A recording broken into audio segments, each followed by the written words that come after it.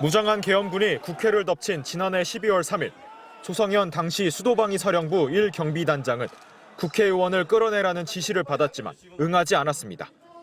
정당하지 않은 임무라고 판단해 군인들에겐 사람들이 없는 곳에 집결해 있을 것을, 후속 부대에겐 국회로 향하는 서강대교를 넘지 말라고 지시했다고 증언했습니다.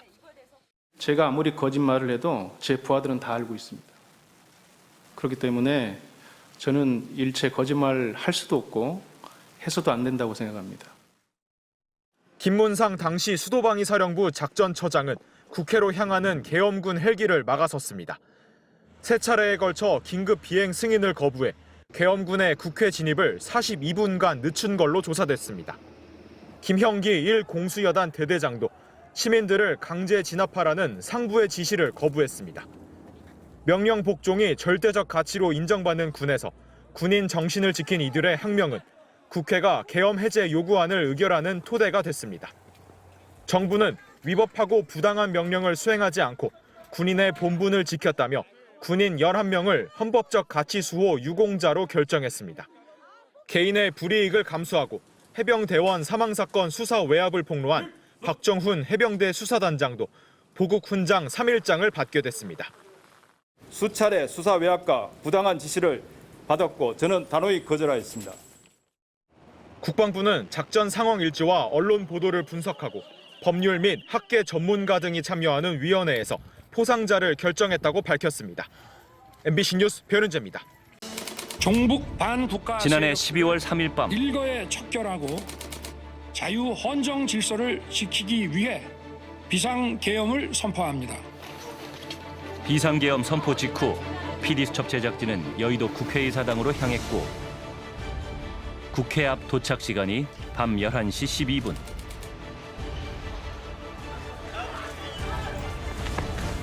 국회 경내가 무방비 상태였던 이 무렵 계엄군이 투입됐다면 비상계엄 해제 결의안 통과는 불가능했을지 모릅니다. 없어요. 그러니까 지금 많이 오셔야 국회로 오시고 국회의원들이 오셔야 지금 이 상황을 타개할 수 있을 것 같습니다. 그 직후부터 30여 분 만에 국회의원, 보좌관, 시민들이 발빠르게 국회로 모여들었습니다.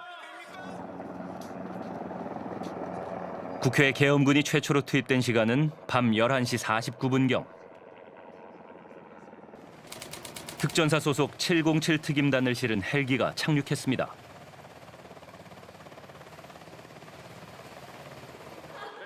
그때는 이미 계엄군보다 한 발 빠르게 도착한 보좌관과 시민들이 국회 방어에 나선 후였습니다.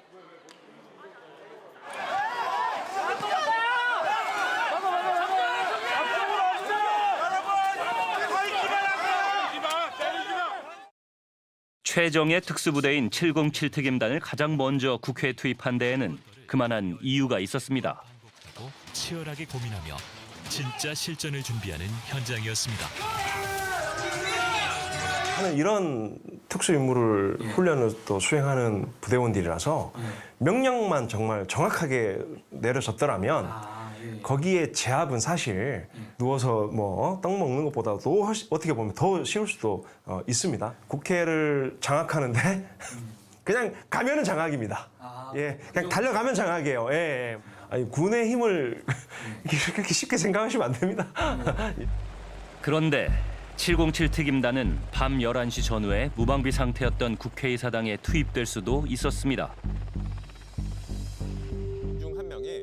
육군 3사관학교 출신 수방사 작전처장 김문상 대령. 김 대령이 그 밤 원칙을 고수하며 707 특임단 헬기의 서울 진입을 막아세웠습니다. 경기도 이천 특전사에서 이륙 준비를 마친 707 특임단 헬기는 밤 10시 49분 수방사에 서울 상공 진입 승인을 요청합니다. 그러나 이 승인 요청을 수방사 김문상 대령이 보류시켰습니다. 707 특임단이 서울 비행 목적을 설명하지 않았기 때문입니다. 김 대령은 비상계엄이라는 특수 상황에서도 원칙을 지켰습니다. 계엄뿐 아니라 어떤 상황이 발생하면 서울 지역 모든 공중물체는 제가 통제합니다. 폐쇄를 하면 국방장관이건 합참의장이건 다 못 들어옵니다. 그런데 헬기가 들어오는데 계속 목적을 말하지 않아서 제가 계속 보류했습니다. 김문상 대령은 그날 밤 약 42분 동안 총 3차례에 걸쳐 707 특임단의 승인 요청을 보류했습니다. 헬기 문제로 707 특임단 투입이 늦어지자 당시 대통령과 국방장관은 특전사 곽종근 사령관에게 독촉 전화도 했다고 합니다. 그러는 사이 권한도 없는 박안수 육군 참모총장이 헬기 승인 지시를 내렸고 수방사 김문상 대령은 밤 11시 31분경 707 특임단 헬기의 서울 상공 진입을 승인했습니다. 707도 헬기 타고 내려서 문자로 임무가 하달됐어요. 의원들 끄집어내라. 그러니까 당연히 서울에 그러니까 국회의사당의 목적지인데 목적지에 왜 가는지를 설명을 못하니까 그 김문상 작전처장이 안 열어준 겁니다. 그 45분 동안 시민들이 더 집결할 수 있었던 그 국회의원들이 더 집결할 수 있었고 그리고 이제 국회에 있던 보좌진들이 바리케이트를 쌓을 수 있는 시간들을 사실은 이제 공교롭게 또 김문상 작전처장이 벌어준 것이죠. 그리고 또 한 가지 주목할 만한 김문상 대령의 검찰 진술이 있습니다.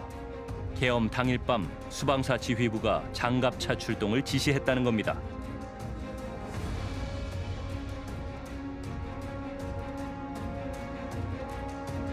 장갑차가 기동할 때 차폭이 크고 평상시 훈련 때도 안전성 문제가 있어서 경찰의 호의를 받는 계획을 다 수립한 후 새벽 시간에 기동 훈련합니다. 그런데 당시 장갑차 나간다고 말을 해서 제가 장갑차는 위험하다, 차폭도 크고 사람들이 있으니 장갑차가 나가서 안 된다고 말했습니다. 그런데 지휘부는 재차 장갑차 출동을 지시했고 내부 참모들의 거듭된 반대에 결국 장갑차는 출동하지 않았습니다.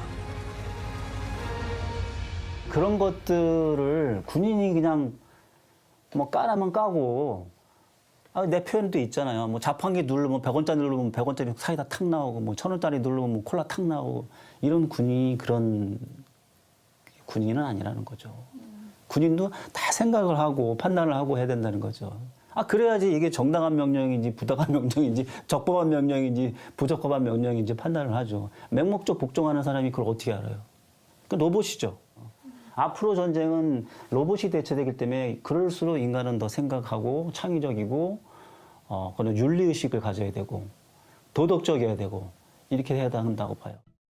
지난해 12월 3일 비상계엄 선포 직후 무장한 군인 1,605명이 국회와 선거관리위원회 등에 투입됐습니다. 당시 국회로 출동한 조성현 수도방위사령부 1경비단장은 국회의원을 끌어내라는 지시를 받았다고 폭로했습니다. 하지만 정당하지 않은 임무라고 판단해 국회에 들어간 군인들에겐 사람들이 없는 곳에 집결해 있을 것을, 후속 부대에겐 국회로 향하는 서강대교를 넘지 말고 기다릴 것을 지시했다고 증언했습니다. 제가 아무리 거짓말을 해도 제 부하들은 다 알고 있습니다. 그렇기 때문에 저는 일체 거짓말 할 수도 없고 해서도 안 된다고 생각합니다. 계엄군에 맞선 시민들을 강제 진압하라는 상부의 지시를 거부한 야전 지휘관. 또 계엄군 헬기의 서울 진입 승인을 3차례 막아 국회 진입을 40분 이상 늦춘 장교도 있었습니다. 국회가 신속하게 비상계엄 해제 요구를 결의할 수 있었던 것은 시민들의 저항과 군경의 소극적인 임무 수행 덕분이었으므로 국방부가 이처럼 당시 위법한 명령을 따르지 않은 군인들을 찾아 포상하기로 했습니다. 사실관계를 확인해 국민 안전과 질서를 지키는 데 기여한 부분이 파악되면 포상 격려할 방침이라며 군의 사기 진작 차원이라고 국방부는 설명했습니다. 일반 병사는 조기 진급에, 간부는 진급 심사에 반영할 예정인데 언론 보도와 제보는 물론 현장 조사도 진행할 계획입니다. 다만 내란 사건에 대한 수사가 계속되는 만큼 조사 과정에서 과오가 드러나면 특검에 넘기기로 했습니다. 군 통수권자의 그릇된 명령을 맹종한 군 수뇌부와 소극적이지만 용기 있는 항명으로 시민들과의 충돌을 막은 군인을 분리해 신상필벌 원칙을 다시 세우겠다는 게 국방부의 판단입니다. MBC 뉴스 변은재입니다.